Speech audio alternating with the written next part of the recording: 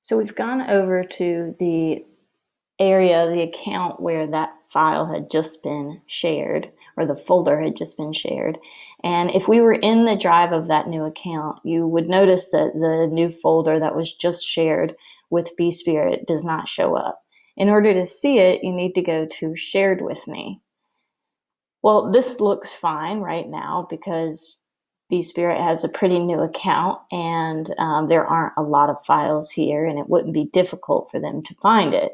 However, as you have more and more files and folders shared with you, this folder becomes very bogged down, and it becomes very difficult to find files if you don't add appropriate shortcuts.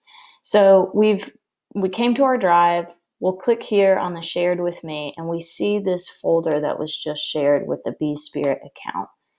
So we can open it up and see that these are all the files that are within that folder. You can look here and see who the folder has been shared with by clicking those, the two people icon.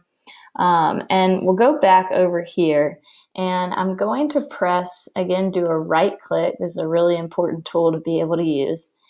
And I want to say add to shortcut.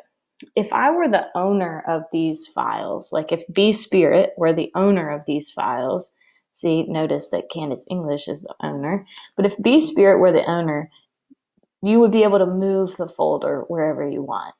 But since bSpirit is not the owner, you have to add a shortcut. And what this does is this allows bSpirit to put this folder within their own drive as a shortcut to get to it. So we're going to add a shortcut to Drive. And if we scroll down a little bit,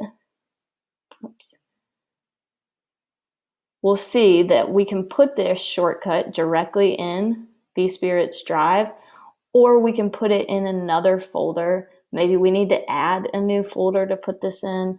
You have a lot of different options. But for bSpirit, we're just going to add it directly to their drive and say, add a shortcut.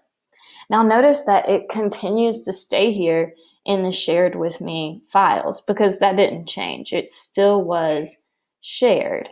The difference is if we come back over here to My Drive, you're going to see this link right here, and you see that little arrow, which means there is a shortcut. And it just allows you as bSpirit's account, or if you have files that are shared with you, to create shortcuts